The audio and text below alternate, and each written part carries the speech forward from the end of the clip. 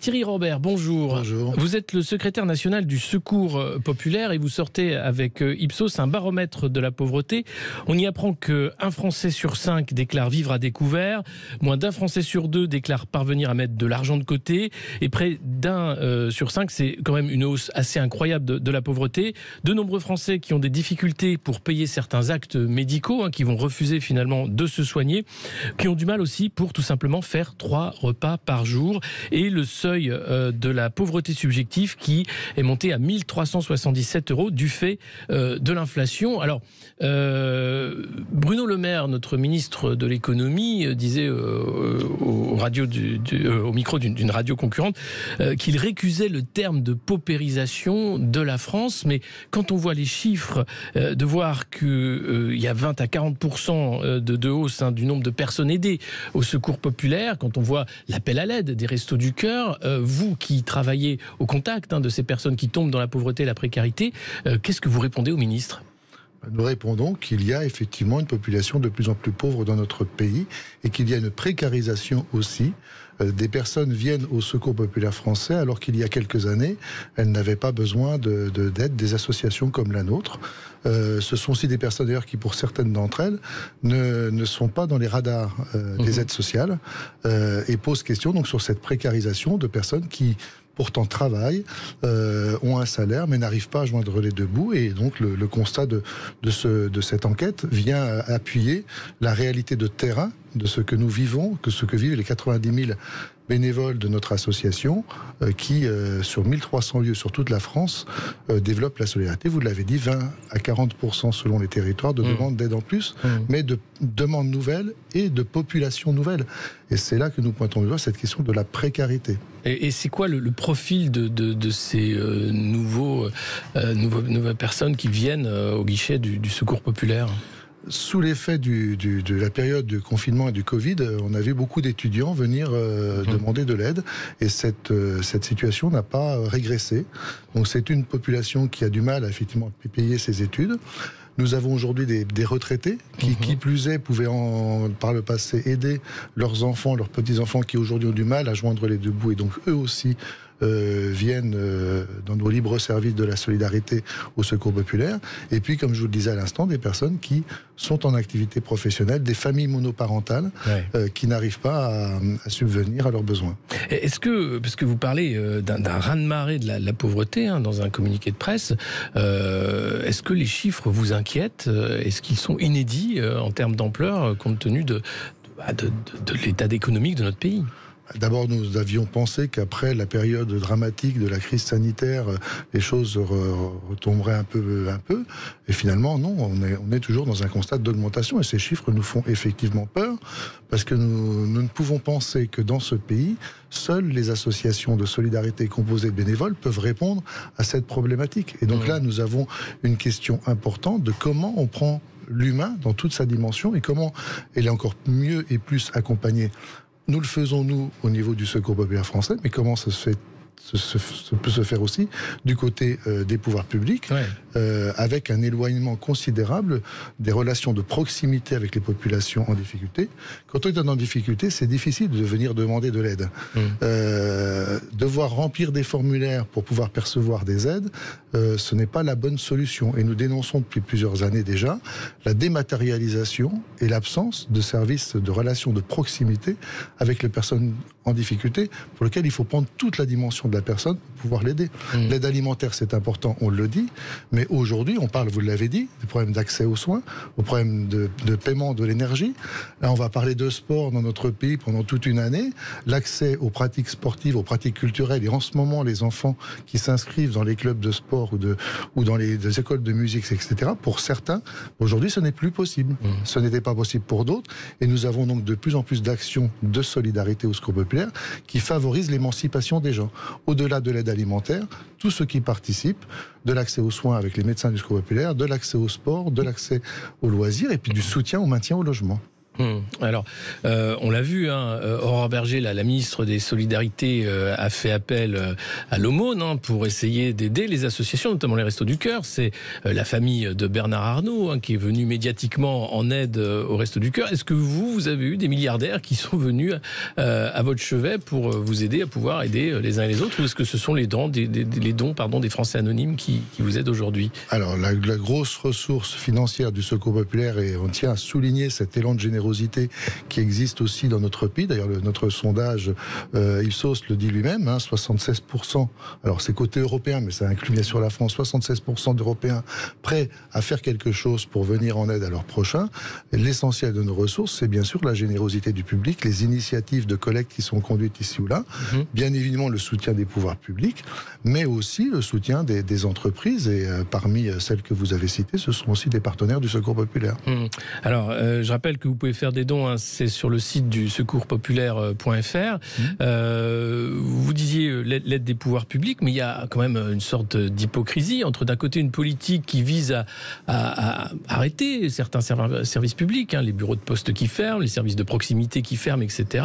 La politique aussi d'austérité de Bruno Le Maire, qui voudrait qu'il n'y ait pas de dépenses à considérer après le quoi qu'il en coûte, et de l'autre côté des associations sur qui tout repose pour la solidarité, et où finalement vous vous rendez compte qu'à un moment vous ne voulez pas faire de tri entre les personnes qui auraient droit à une aide et les autres, et qu'il va bien falloir trouver une solution. Quelles sont les solutions aujourd'hui qui sont sur la table? Alors nous, au Secours populaire, on n'a pas pour habitude d'agir sur les causes. On est sur les conséquences, on constate à travers ce que nous faisons, et nous pointons du doigt les difficultés. C'est pourquoi nous voyons bien à travers l'augmentation de la précarisation du nombre de personnes que nous aidons, qu'il y a effectivement cet éloignement des services publics de proximité. Nous l'avons dit au gouvernement à plusieurs reprises, nous le redisons aujourd'hui, et nous avons même souhaité le dire avec les 4 autres associations, Restos du Cœur, Banque Alimentaire et Croix-Rouge, au président de la République, pour lequel nous attendons aujourd'hui encore un rendez-vous, de façon à pouvoir échanger les yeux dans les yeux de cette situation que nous constatons, et sur le fait qu'effectivement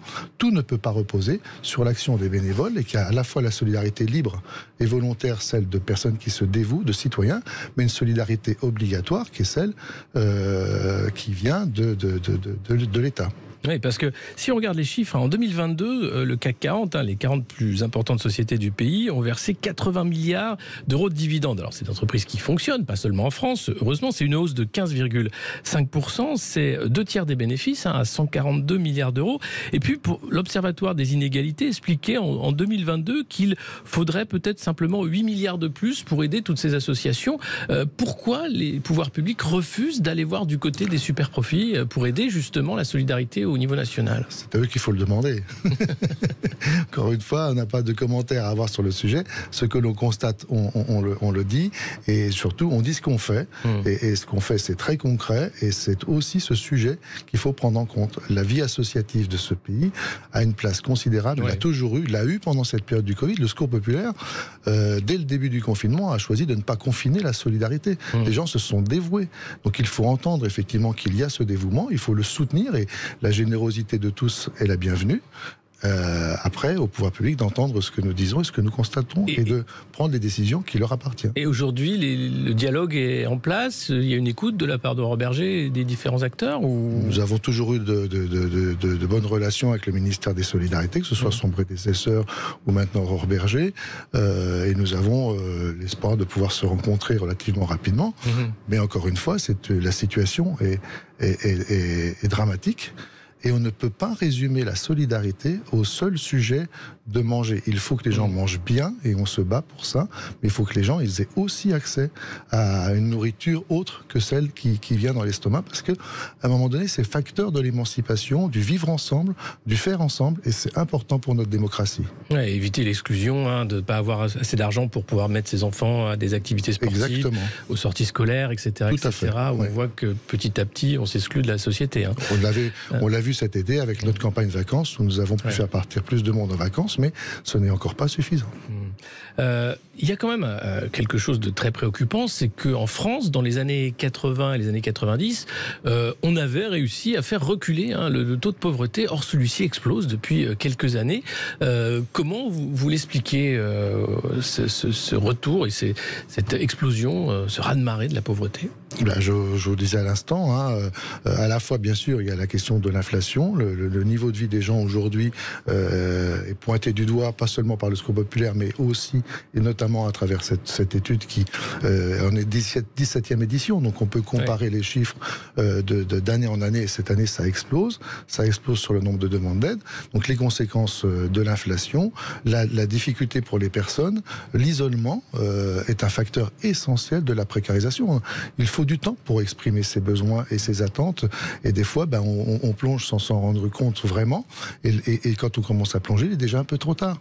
Donc il faut aussi anticiper. Il faut sans doute réfléchir à plus que uniquement les soutiens qui sont aujourd'hui apportés, et heureusement d'ailleurs, quand même, aux associations. Mais est-ce que, justement, vous parlez d'isolement, la politique de confinement n'a pas précipité certaines situations qui étaient limites vers la pauvreté, parce que, justement, on n'avait plus de repères, ni savoir... Personnes jasées notamment, c'était très difficile. Est-ce qu'il n'y a pas eu là un bond que vous avez vu suite à la crise sanitaire et aux politiques sanitaires ? Je pense que tout le monde constate que la crise sanitaire a eu des impacts bien au-delà que son seul souci lié à la santé de nos concitoyens. Mais malgré tout, derrière le Covid, les choses auraient pu revenir un peu plus à la normale. Et le fait que l'isolement soit généré par la nécessité pour chacun de faire des demandes à travers des ordinateurs, à travers des écrans sur lesquels il faut remplir des cases, on est en difficulté. Mais c'est pas une question d'âge. Des jeunes eux-mêmes nous ont dit que c'était compliqué aujourd'hui, cette dématérialisation, parce que nous ne pouvons pas exposer réellement nos soucis. On remplit des cases, on fait des erreurs. Parfois, dans certains foyers, ce sont les enfants qui remplissent à la place des parents parce qu'ils sont en difficulté. Vous imaginez la responsabilité qu'il y a sur des enfants à faire les déclarations des prestations sociales de leurs parents. Voilà, ce sont des situations que nous rencontrons parce que ces mêmes personnes, nous les accompagnons. Donc, nous savons la difficulté qu'ils ont à pouvoir avoir accès aux aides auxquelles ils pourraient avoir droit. Il y a cette question de la santé publique aussi. Vous le dites dans votre enquête, c'est beaucoup de Français interrogés qui ont des difficultés pour payer les frais médicaux, qui vont refuser finalement de se soigner.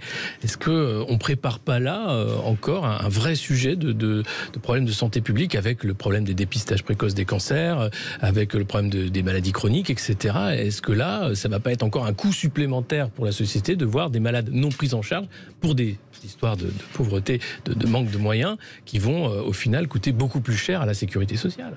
Aujourd'hui, c'est parce que nous avons au Secours populaire ce qu'on appelle les médecins du Secours populaire, des professionnels de santé qui sont présents quand on fait les sorties des enfants, qui sont présents dans nos permanences, qui nous accompagnent, y compris pour la question de l'équilibre nutritionnel, qui est un facteur aussi de santé publique, que l'on constate effectivement que des gens sont éloignés de ces services. Ça renforce encore plus ce que l'on dit sur la relation de proximité.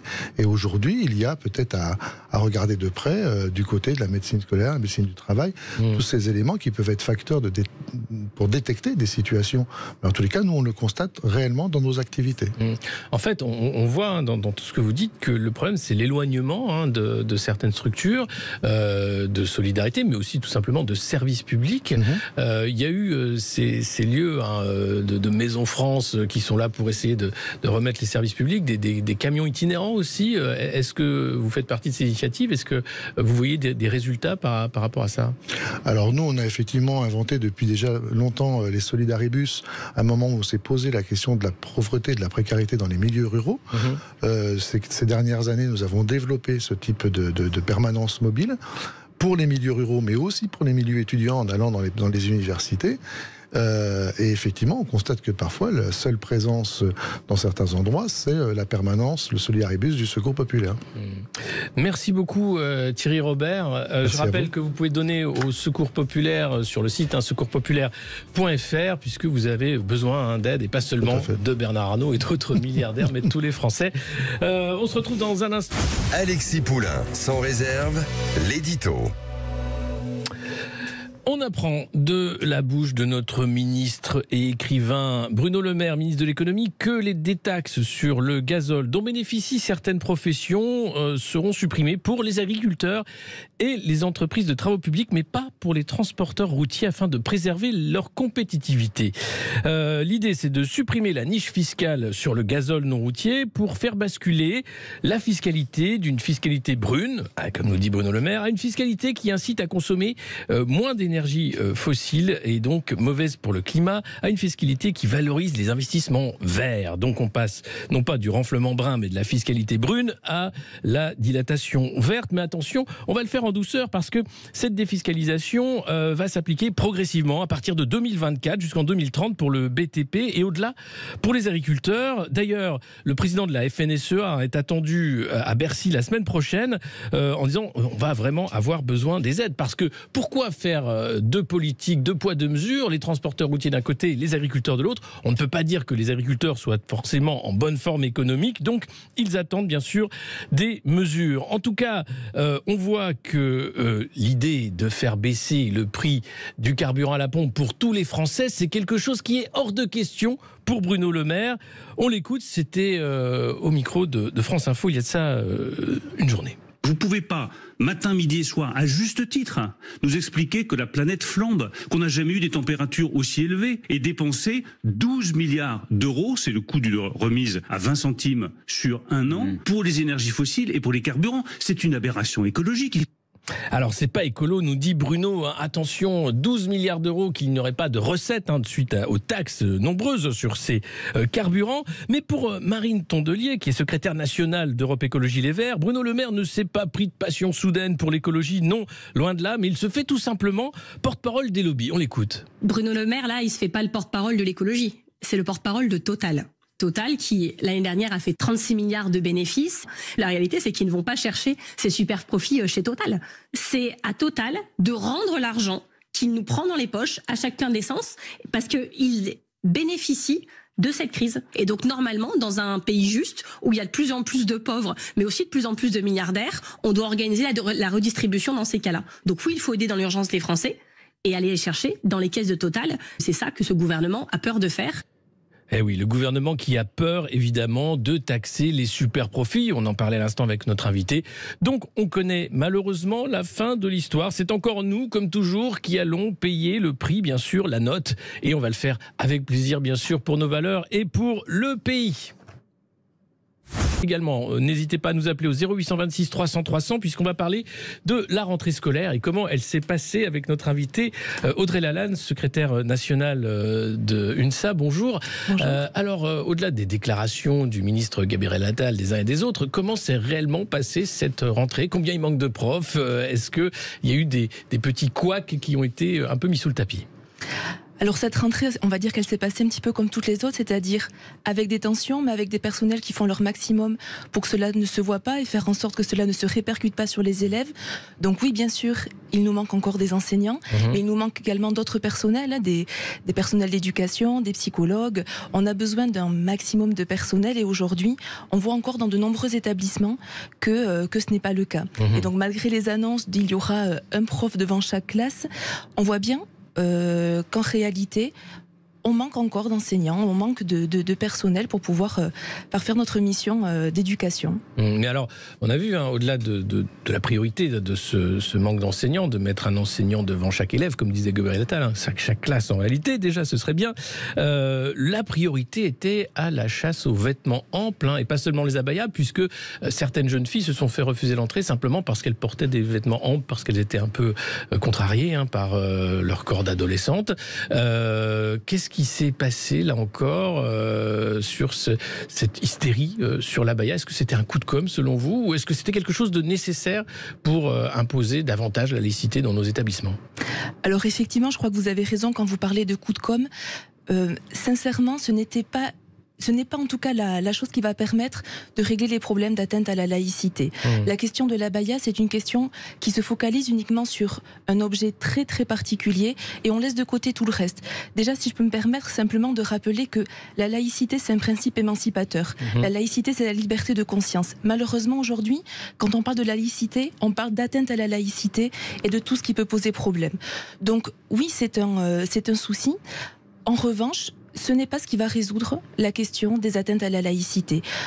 C'est ouvrir une brèche en plus dans un règlement et dans une loi qui sont pourtant assez clairs sur le fait qu'on ne doit pas porter de signes ou de tenues qui montrent, qui manifestent ostensiblement l'appartenance à une religion. Donc, pour nous, cette interdiction n'amène rien de plus que ce qui existait et n'est pas la solution, en tout cas ne va pas régler la situation. Alors, l'autre solution qui est sur la table, puisqu'on parle chiffon et tenue vestimentaire, c'est l'uniforme à l'école. Alors, Brigitte Macron est totalement pour. Gabriel Attal se dit ouvert à certaines expérimentations. Eric Ciotti voudrait que ce soit dans certains quartiers prioritaires, donc une stigmatisation, là encore, de certaines populations. Vous en pensez quoi, vous, de l'uniforme à l'école? Vous êtes pour ou contre? Alors, nous ne sommes pas pour un uniforme à l'école. Bon, déjà, effectivement, vous parlez de Brigitte Macron. Je ne savais pas qu'elle était ministre de l'Éducation nationale. Quasiment. Et c'est vrai qu'on a régulièrement des annonces comme ça. Les choses doivent se construire avec les personnels, pas simplement de par un souvenir qu'on a eu de son enfance ou d'une imagination qu'on a, parce qu'on a parfois une vision un peu passéiste des choses. Je rappelle d'ailleurs que l'uniforme n'a jamais existé en France. Il y a eu des blouses qui ont existé, mais on n'a jamais eu d'uniforme en réalité. Et la question de l'uniforme pour gommer les différences, puisque on entend ça et que l'intérêt c'est bien de travailler contre les inégalités scolaires, et autant on peut partager le but, l'objectif, autant l'objet n'est pas le bon. Vous avez beau avoir des uniformes, vous aurez toujours des élèves qui auront des chaussures différentes, certaines de marque, d'autres non. Peut-être des élèves qui pourront s'acheter des uniformes neufs régulièrement et pas les autres. Enfin, ça ne va pas régler les différences que l'on voit aujourd'hui. C'est pas là-dedans qu'il faut trouver des solutions. Nous, on pense plutôt au SEUNSA que c'est via la mixité scolaire notamment que l'on peut agir et que l'uniforme qui viserait à gommer des inégalités n'aurait pas cette vertu en réalité. Alors, avant de parler justement des programmes scolaires, puisque c'est question de ça à l'école quand même, d'apprendre des savoirs essentiels, on va parler de la laïcité, puisque Emmanuel Macron répondait aux questions d'Hugo Décrypte en début de semaine, faisait un parallèle même en s'en défendant entre Abaya et l'assassinat de Samuel Paty. Qu'est-ce qui a été fait finalement depuis l'assassinat de ce professeur par un djihadiste pour protéger les professeurs, pour expliquer la laïcité dans l'école? Est-ce qu'il y a eu des référents laïcité comme c'était annoncé? Il y avait des équipes valeurs de la République qui étaient dépêchées pour la rentrée. Qu'est-ce que vous avez vu pour expliquer la laïcité, pour la mettre en pratique dans les établissements scolaires? Alors, on n'a pas vu assez de choses. Je tiens quand même à préciser que la laïcité, c'est quelque chose que l'on défend à l'école depuis toujours, que on n'a pas attendu l'assassinat de Samuel Paty pour s'emparer de la laïcité, évidemment. Mais effectivement, on nous a promis des formations. On nous a promis de nombreux formateurs, 1000 formateurs sur toute la France. Pour l'instant, ce ne sont pas encore des choses qui sont réellement opérationnelles. Or, on a besoin de former, certes, des formateurs, mais de former l'ensemble des personnels, puisqu'on est tous confrontés à cette situation. Enfin, on est tous confrontés à la laïcité. On doit tous pouvoir expliquer aux élèves ce que c'est. Donc, il nous faut absolument ces formations qui, pour l'instant, tarde beaucoup à se mettre en œuvre. Oui, il y a des référents, mais c'est toujours pareil. C'est beau les effets d'annonce, mais on a besoin sur le terrain de personnels qui soient formés, qui puissent être disponibles pour aider les différents personnels qui œuvrent au quotidien dans les écoles, dans les établissements. Donc il faut faire plus, mais et vous allez voir toute la difficulté que l'on rencontre, c'est qu'on a besoin de formation à la laïcité. Or, avec le pacte notamment, ou avec les annonces qui ont été faites, on nous dit bien que les formations, faut pas trop en faire sur le temps de classe quand même, parce que les élèves ont besoin d'autre chose. Donc, on est face à cette problématique. À la fois, il faut former les personnels, mais en même temps, on ne veut pas trop les former, puisque ça prend du temps de classe. Mais c'est incroyable, parce que les personnels, justement, on va les recruter un peu n'importe comment, avec ces job dating, ces speed dating pour chercher du personnel enseignant, parce qu'on a du mal à recruter des professeurs. Ça va être une catastrophe. Qu'est-ce que vous pensez du pacte enseignant, en l'occurrence, sur ces heures sup, sur davantage de missions aux professeurs? Est-ce qu'il y a quelque chose quand même de positif dans le pacte enseignant? Alors dans le pacte enseignant, moi je vous dirais qu'il n'y a pas spécialement quelque chose de positif. Nous avons eu des mesures socles, c'est-à-dire qui concernaient tout le monde. Ça, ce sont des mesures qui permettent effectivement des avancées. En revanche, pour le pacte, ce qu'on constate aujourd'hui, c'est que ce sont des possibilités qu'on offre aux enseignants. En fait, on leur dit, vous pouvez travailler plus pour gagner plus. Ouais. Et on voit bien que malheureusement, c'est souvent le problème de rémunération qui n'est pas assez importante, qui entraîne les collègues, pourtant déjà, qui font des heures très très nombreuses. On est en moyenne à plus de 43 heures par semaine pour les différents collègues. Donc on voit bien que c'est ce problème de rémunération qui les entraîne à se dire finalement je prends des heures en plus, non pas parce que je m'ennuie, non pas parce que ça va faire forcément des projets extraordinaires, mais souvent c'est uniquement une question pécuniaire qui les amène à faire ça. Et malheureusement, lorsqu'on a déjà un nombre d'heures qui est conséquent, quand il faut faire des heures en plus, il y a un moment où on ne peut pas tout gérer de front. Donc notre crainte à nous, c'est que ça ait des conséquences déjà sur les conditions de travail des personnels et qu'ensuite ils ne puissent pas se consacrer autant qu'il le faudrait au travail mené. Il ne faudrait pas que certaines heures se fassent au détriment d'autres, parce que l'intérêt pour nous, c'est bien la réussite des élèves. Ouais. Et il faut qu'on puisse avoir à chaque fois des personnels qui soient en capacité de travailler correctement. Mais justement, la rémunération des enseignants, c'est quoi la réalité entre les différentes annonces ? On voit souvent que la France est bien à la traîne par rapport aux partenaires européens en termes de rémunération, même si les ministres vantent le modèle nord-européen ou allemand. En France, clairement, il y a eu des efforts ces derniers mois, mais est-ce qu'ils sont suffisants ou est-ce qu'on est très loin du compte ? Alors on est encore très loin du compte malheureusement. La rémunération, en réalité, c'est un véritable problème. C'est peut-être même le premier problème qui crée le problème d'attractivité que l'on rencontre dans nos métiers. On a une crise de recrutement qui est énorme, on a une hausse des démissions. La rémunération n'est pas le seul facteur, évidemment, mais ça en fait partie. Oui, nous avons des salaires plus faibles qu'en Europe. Après, nous avons conscience aussi qu'une grande partie de la population française n'a pas notre salaire, c'est vrai. Néanmoins, pour le niveau de recrutement, c'est-à-dire pour le niveau de diplôme, pour le travail qui est demandé, parce que vraiment, il faut être expert quand même dans ce qui est fait. C'est pas juste faire des coloriages avec des élèves, être enseignant. Donc, pour le niveau qui est exigé, les salaires ne sont pas suffisants, clairement. Ouais, on est loin du compte. Alors, il y a aussi, quand on est parent d'élèves, une inquiétude de se demander mais qu'est-ce qui se passe à l'éducation nationale ? On a l'impression que tous les ans, tous les 5 ans, on réinvente la roue. On a eu le bac Blanquer et puis on voit que finalement c'est une très mauvaise idée, que les maths doivent revenir. On a eu la parenthèse Pap Ndiaye, qui on n'a pas trop compris ce qu'il faisait à la tête du ministère de l'Éducation nationale. Là, on a Gabriel Attal qui arrive avec un discours sur la laïcité, sur la baya, etc. Est-ce que les années Blanquer, ça a été 5 ans pour rien, même si le gouvernement ne veut pas le dire? Est-ce qu'il y a un aveu d'échec? Est-ce qu'on peut rassurer les parents en disant que les savoirs essentiels vont être préservés et que les programmes ont encore un sens? Ou est-ce qu'on a affaire à des apprentis sorciers dans les rectorats et au ministère de l'Éducation qui essayent des trucs finalement et utilisent nos enfants comme des cobayes pour des apprentissages dont on ne sait pas ce qu'ils vont être? Alors la première chose, c'est que oui, on peut rassurer les parents.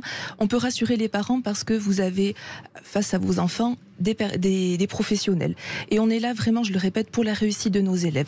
On est là pour faire en sorte que tout se passe au mieux et qu'on puisse leur apporter les clés pour devenir des citoyens qui pourront être des personnes qui seront bien dans leur vie d'adulte par la suite.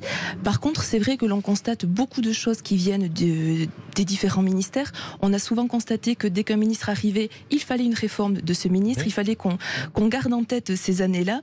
Alors, on a eu quand même... je suis désolée pour la formulation peut-être un petit peu forte, mais une vision très passéiste sous les années Blanquer. On a eu une parenthèse Pap Ndiaye, mais j'ai le sentiment... Alors, Gabriel Attal vient d'arriver, donc on va lui laisser le temps de prendre ses marques et on va voir comment il va mettre en œuvre sa politique. Mais on peut peut-être craindre une vision un peu passéiste lorsqu'on parle uniquement de retour aux fondamentaux, comme si on ne travaillait pas les fondamentaux déjà. On a la sensation souvent que au ministère, on ne sait pas comment ça se passe dans les classes. Et on n'écoute pas assez les représentants des personnels, on n'écoute pas assez les personnels pour savoir ce qui se passe. 2 ministres de suite qui viennent de l'école alsacienne, qui ne connaissent rien à l'école publique de la République. Ça dit quelque chose quand même de la déconnexion, non? Alors je ne sais pas s'ils ne connaissent rien à l'école publique, je ne peux pas en juger, mais effectivement c'est quand même un symbole qui est très particulier. Quand on défend l'école de la République, oui, c'est quelque chose qui interroge énormément. Et puis il y a eu un drame, à une semaine de la rentrée, le suicide d'un adolescent de 15 ans à Poissy, pour cause de harcèlement à l'école. C'était censé être une grande cause. Elisabeth Borne a annoncé des mesures pour la rentrée. On attend de voir quelles vont être ces mesures.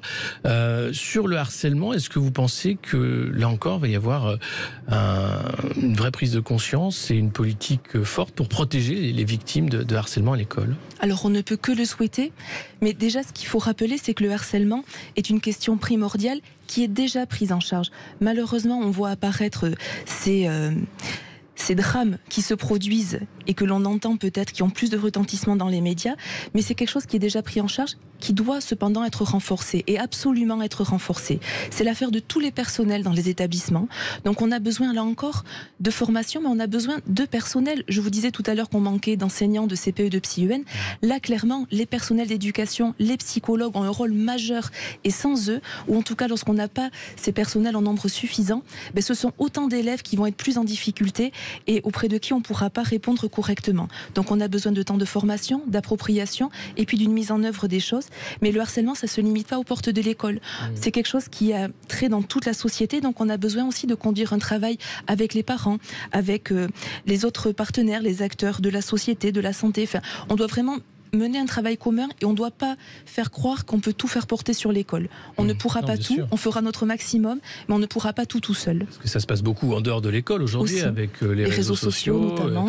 Et le fait que l'école est certes un lieu du harcèlement, mais c'est au-delà de ça, bien sûr. Tout à fait. Emmanuel Macron a annoncé qu'il souhaitait que chaque élève de 6e plante un arbre. Grosse mesure écologique du quinquennat, vous en pensez quoi ? C'est très bien de planter des arbres. Ce qui serait encore mieux peut-être, ce serait d'avoir un bâti scolaire qui soit éco-responsable, c'est-à-dire qu'on n'ait pas seulement l'image d'un arbre qui a été planté, mais qu'on ait des bâtiments qui répondent aux enjeux climatiques aujourd'hui, qu'on ait des normes thermiques qui soient respectées, qu'on ait en fait des élèves et des personnels dans des bonnes conditions de travail qui comprennent qu'on est face à un changement climatique qui est conséquent. Et donc, ça ne peut pas être la seule mesure. Plantons des arbres, oui, mais on ne peut pas s'arrêter là. Mais justement, là encore, l'idée de faire rentrer les élèves en échec scolaire avant les autres, fin août, dans des bâtiments qui sont des vrais passoires thermiques, avec des aquariums où le soleil tape et où il fait plus de 30-40 degrés parfois dans les salles de classe, ça montre encore une fois la déconnexion de ces responsables politiques avec la réalité du terrain. Oui, et là je dirais qu'il y a 2 éléments à prendre en compte. Le premier, c'est que on parle d'élèves en échec scolaire à qui il faudrait proposer plus de temps, mais pour nous, le temps scolaire, le temps d'enseignement, il doit être avant tout qualitatif. Avant de penser à du quantitatif, il faut abaisser le nombre d'élèves par classe. Il faut s'assurer qu'on ait assez de personnel face à eux, que ce soit les enseignants ou autres. Donc, on rejoint toujours cette même difficulté. Et oui, on a besoin de travailler énormément. Je parlais du bâti scolaire. On a des plans de rénovation qui sont prévus, mais on a besoin d'accélérer les choses. Et on a vraiment besoin de la prise de conscience de tout le monde sur ce sujet. Mais on voit que sur le bâti notamment, c'est pas une priorité, puisqu'il a été demandé aux universités de rogner un peu sur les plans de rénovation pour essayer de récupérer un peu d'argent pour la solidarité ailleurs. Sur les différents collèges et lycées en France, est-ce qu'il y a quelque chose de nouveau qui se fait jour, ou on est toujours au même niveau, ou est-ce qu'il y a des chantiers qui sont en cours et des choses encourageantes ? Il y a des chantiers en cours, on est sur des objectifs, on va dire à moyen terme, notamment 2030. La grande difficulté qu'on rencontre après dans l'éducation nationale, c'est que les bâtiments sont à la main des collectivités. Donc que ce soit les municipalités, les collèges, les municipalités pour les écoles, les départements pour les collèges et les régions pour les lycées, on n'a pas toujours les mêmes acteurs, ou en tout cas, on va dire que les volontés des uns et des autres ne sont pas toujours concomitantes, et il faut réussir à trouver un point d'entente pour tous, dans l'intérêt des élèves et des personnels. Et est-ce que vous avez un message à faire passer à ce nouveau ministre Gabriel Attal qui vient d'arriver, un message clé pour cette rentrée ? Qu'il nous écoute, surtout qu'il n'hésite pas à dialoguer avec nous, parce que le dialogue social est vraiment essentiel. On a besoin en fait de retrouver la confiance. On a besoin de montrer que on fait un métier magnifique. On a envie qu'il y ait davantage de personnes qui puissent le faire aussi. Donc on aimerait réussir à combler ce problème d'attractivité.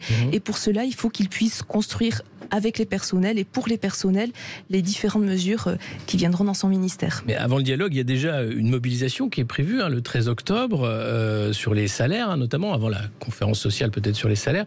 L'UNSA en fera partie, j'imagine, les professeurs aussi. Est-ce qu'il y a d'autres mouvements de grève qui se profilent à l'horizon pour les parents d'élèves et les professeurs qui vont se mettre en grève là dès la rentrée, ou est-ce qu'on attend le 13 octobre? Alors nous attendons le 13 octobre. À ce jour, il n'y a pas particulièrement de mouvement de grève spécifique, qui soit prévu pour l'ensemble de la France. Il peut y avoir des mouvements de grève spécifiques s'il y a des difficultés très localisées. Mais pour l'instant, oui, on attend le 13 octobre pour voir la suite. Merci beaucoup Audrey Lalanne de l'UNSA de nous avoir parlé de cette rentrée scolaire. Merci à vous.